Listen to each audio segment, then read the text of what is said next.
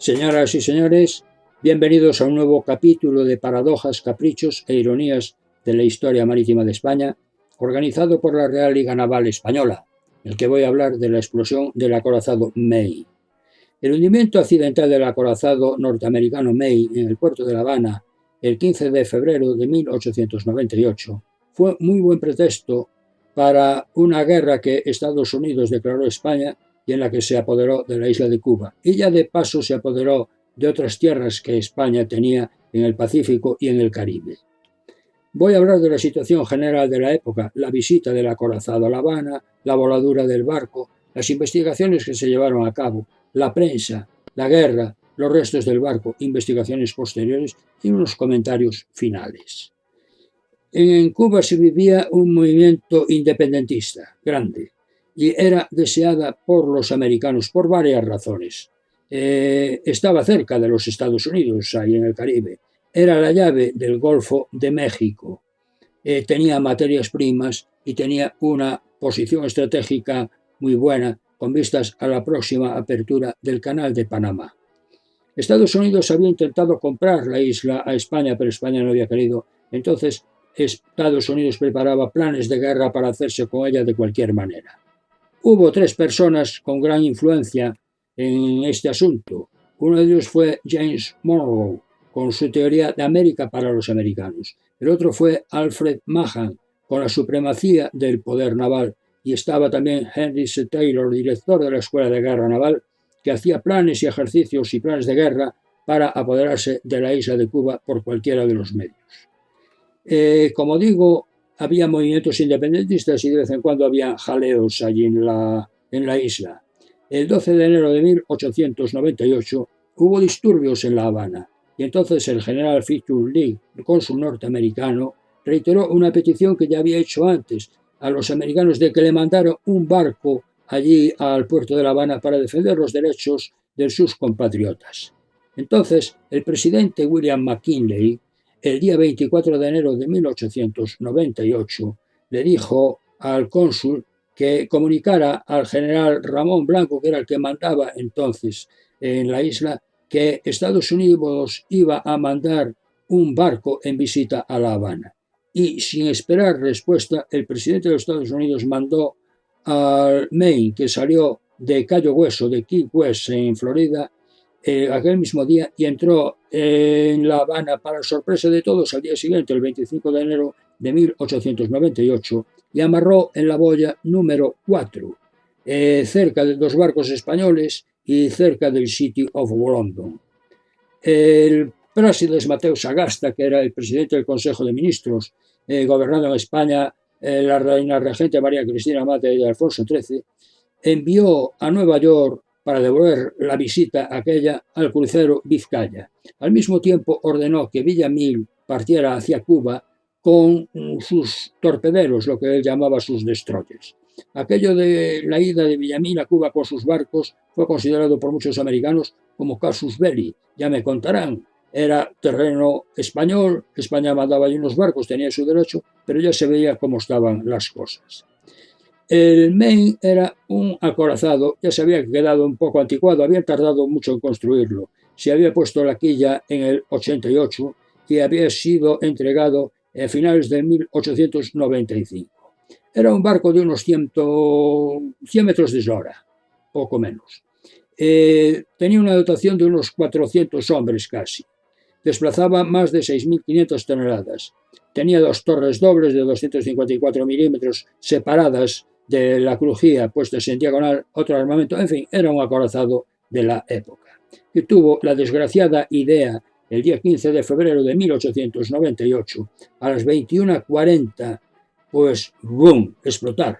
Con una gran llamarada explotó. Una gran llamarada que iluminó todo el cielo de la capital habanera y se quedó apoyado en el fondo. Con la proa de fuera hecha un amasijo de hierros, el palo vertical, que se mantuvo vertical, y ahí quedó y así salió en la prensa.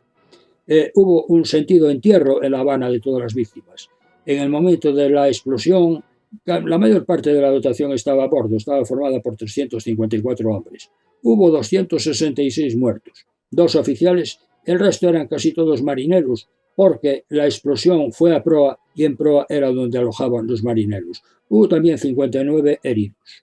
Ramón Blanco recibió del gobierno español la orden de que tratara por todos los medios de evitar que España se viera involucrada en el hundimiento del barco. Por otra parte, Blanco propuso a los americanos llevar a cabo una investigación conjunta a ver por qué se había producido aquel accidente, pero los americanos le dijeron que de conjunta nada. Aquello era territorio americano, ellos iban a hacer su propia investigación. Si los españoles querían hacer la suya, era su problema. Y entonces se hicieron investigaciones separadas. En España, el juez instructor español fue el capitán de fragata Pedro Peral Caballero, hermano de Isaac Peral, aquel constructor del submarino eléctrico que hoy se conserva en el Museo Naval de Cartagena. El secretario fue el teniente de navío Francisco Javier Salas González. Bueno, Pedro Peral investigó, preguntó a testigos, estudió la zona, conocía bien aquello. El 5 de marzo y durante 7 días los americanos le dejaron ver los restos del barco.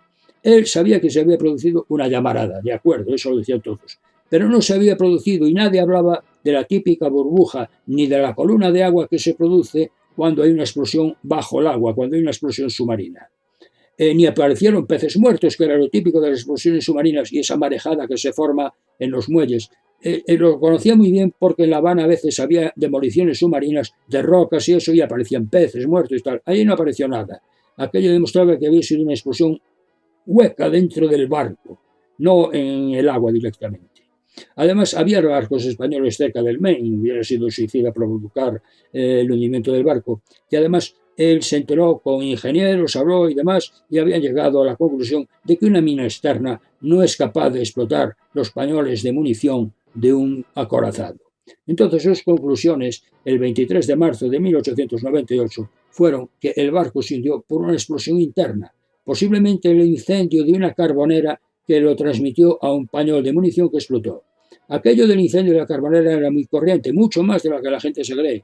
Hubo muchos cruceros y muchos acorazados que se hundieron por esto. El carbón bituminoso, por presión y por otras cosas, entraba en combustión espontánea. Y a veces se producían gases de grisú y explotaba, y otras veces ardía solo. Eso le pasó a muchos otros barcos, lo sabía todo el mundo. Y las carboneras estaban construidas alrededor de los pañoles de munición como para protegerlos. Estaba el mamparo, estaba la carbonera y después el pañol de munición. De modo que si una bala entraba y atravesaba la coraza, se enterraba en el carbón y no llegaba al pañol. Pues así fue la cosa. Y esa era la teoría de Peral. Pero el juez instructor, el capitán de navío William Sampson, norteamericano, que también habló con testigos supervivientes, con los buzos y demás, él llegó a la conclusión, allí se habían producido 2 explosiones. Decía que seguramente una era de la mina y la otra de un pañol de munición.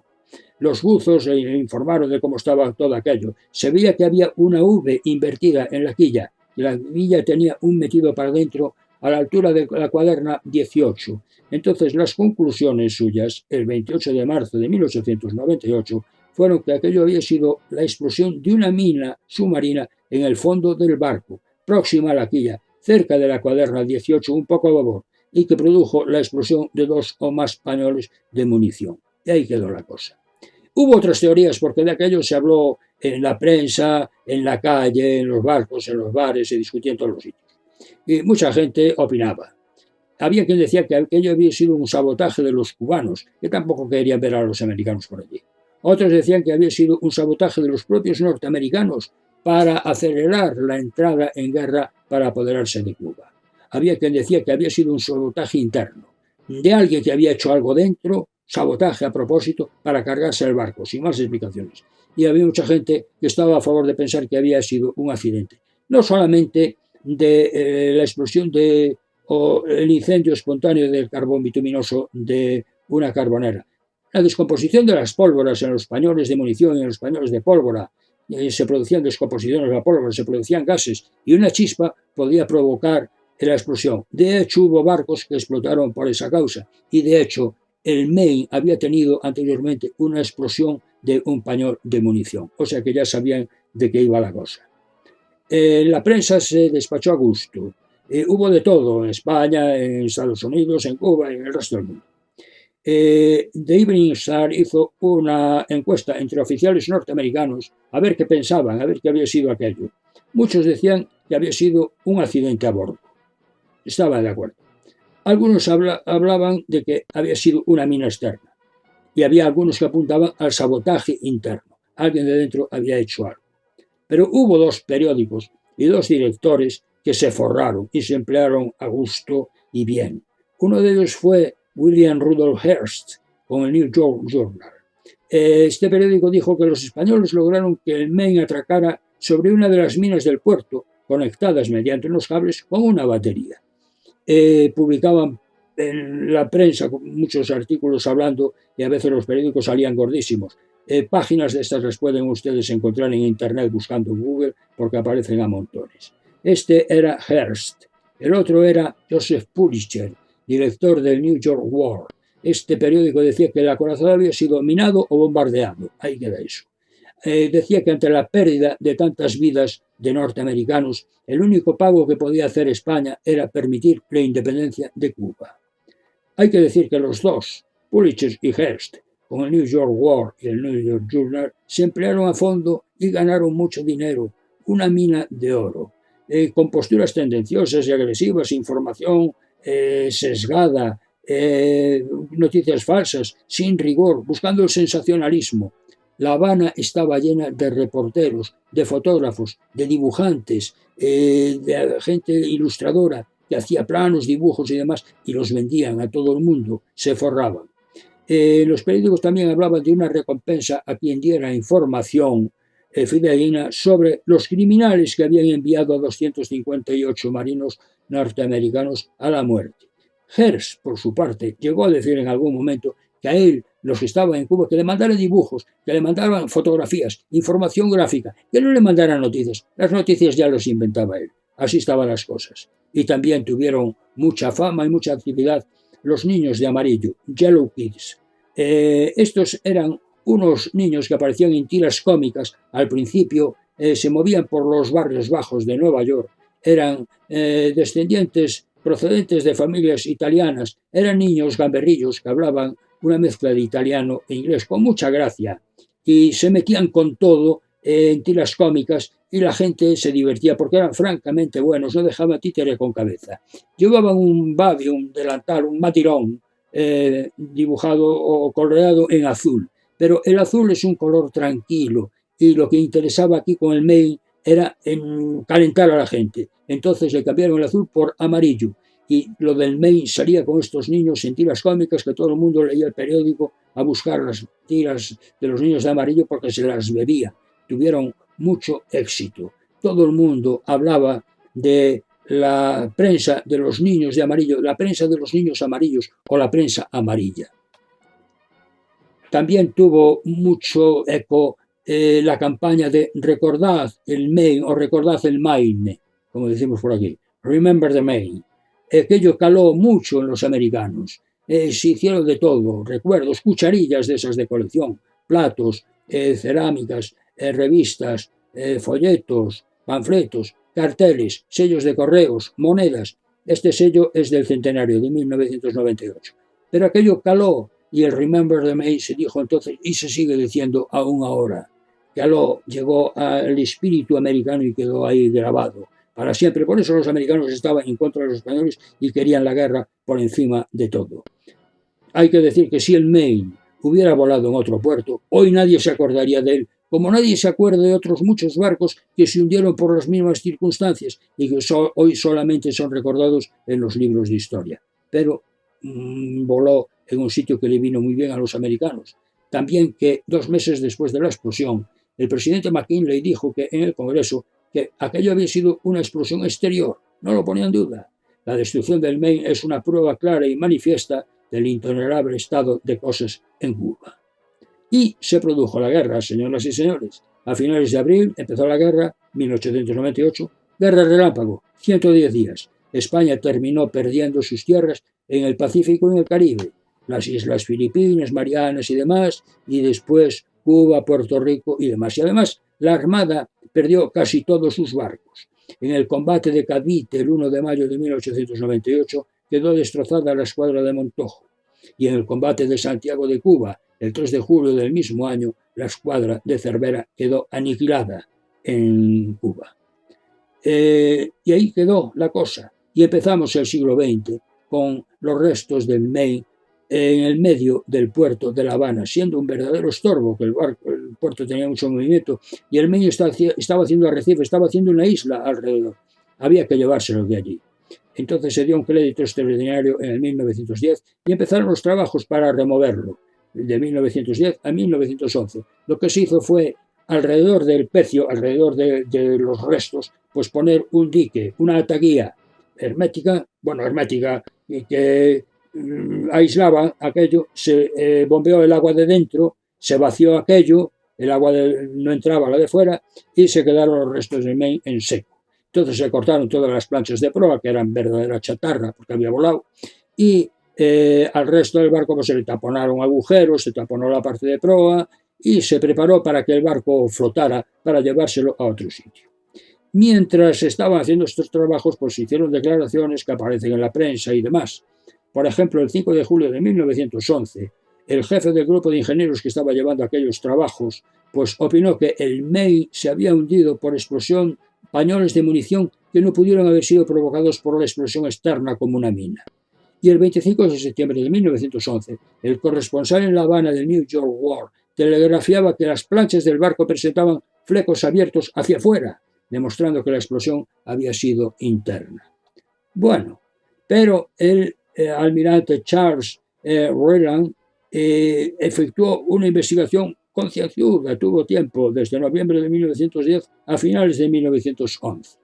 Y sus resultados fueron que la voladura y el hundimiento del Maine habían sido provocados por la explosión de una carga de poca importancia. Ojo, una carga de poca importancia en el exterior del buque. O sea que un petardo es capaz de hundir a un acorazado. Y que había sido puesta entre las cuadernas 28 y 31. Ya no era la 18 que habían dicho al principio, era más a popa. En la traca de babor, del costado de babor. Y ahí quedó la cosa.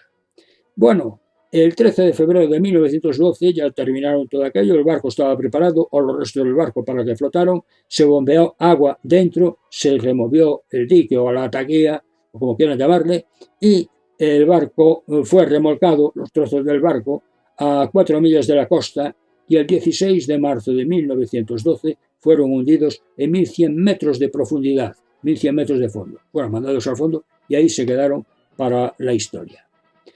Pasado el tiempo, en 1974, el almirante norteamericano Rickover efectuó un gran estudio sobre lo que había pasado. Claro, no pudo ver la chatarra, estaba a 1.100 metros de profundidad, pero vio todo lo demás. Rickover era un hombre de mucho prestigio, era el alma y había sido el padre del arma nuclear de la Armada norteamericana.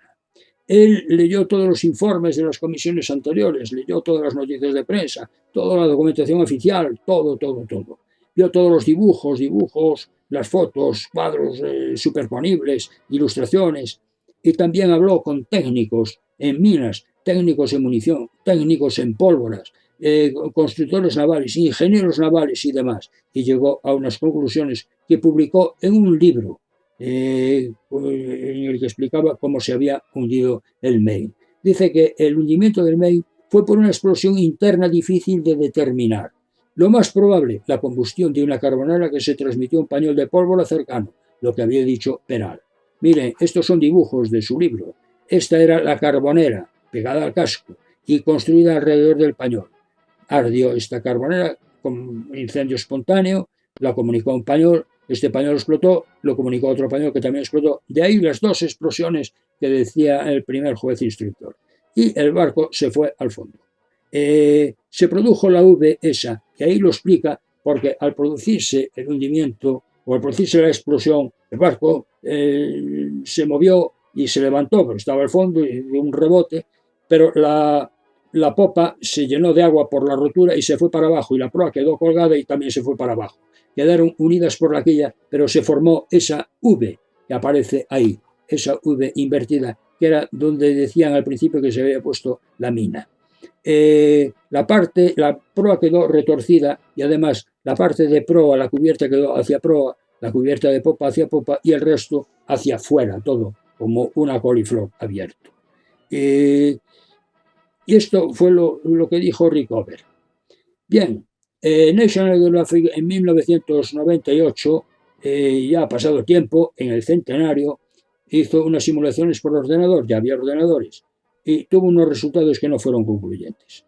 Dijo que posiblemente, pero no era probable que fuera una combustión del carbón. Dice, bueno, pudo ser, pero más bien que no. También hablaba de insuficientes resultados para lo de la mina, aunque había argumentos que reforzaban que posiblemente había sido una mina. Un poco farragoso e muy inconcreto, ese fue su informe. History Channel en el 2002, ya ha pasado el tiempo, ya dijo taxativamente que el hundimiento del barco había sido por la combustión espontánea de una carbonera, ya no lo ponía en duda, lo decía taxativamente, y que un punto débil en un mamparo permitió que el fuego pasara al pañol de pólvora que reventó. Y un informe del Departamento de Estado de Estados Unidos del 2002, pues terminó diciendo que no se sabe la verdadera causa del hundimiento, y esto es verdad. Hoy por hoy podemos elucubrar y podemos asegurar, si se quiere, que fue esto o fue el otro, pero exactamente no se puede saber y ya la chatarra está en el fondo y a estas alturas me parece a mí que es imposible ya. Pero el Departamento de Estado decía, probablemente no fue una mina externa. Lo más probable, una explosión interna, sin especificar si había sido por combustión del carbón o por una explosión en un pañol de pólvora, porque se producían los dos. Bien, pues esta fue la cosa, señoras y señores. Este fue el caso triste, esta broma de la historia. El Maine se hundió en el puerto de La Habana en 1898. Los niños de amarillo, con su prensa, hicieron lo suyo y el almirante Rickover puso el contrapunto. El hundimiento del Maine no fue la causa directa de la guerra, pero desde luego fue un factor que precipitó los acontecimientos. España quedó mal parada. Había perdido o perdió allí pues las posesiones, las tierras que tenía en el Pacífico y en el Caribe, y se quedó sin armada y se quedó con la moral por los suelos. En cambio, Estados Unidos comenzó su subida a la primera potencia que iba a ser en el siglo XX. Como dijo Rickover, la pérdida del Maine simbolizó el fin de una era y el principio de otra. Hay que decir, por otra parte, que el estado de postración en que quedó España, consecuencia de aquello, propició a principios del siglo XX que naciera la Liga Naval, pero esta es otra historia. Y esto es lo que se puede contar de esta paradoja, capricho, ironía o broma pesada de la historia, en la que según unos, con un petardito puesto debajo de un acorazado, vuela este acorazado, se declara una guerra y España pierde sus tierras allende los mares, sus tierras ultramarinas. Señoras y señores, gracias por la atención prestada. Esto es todo.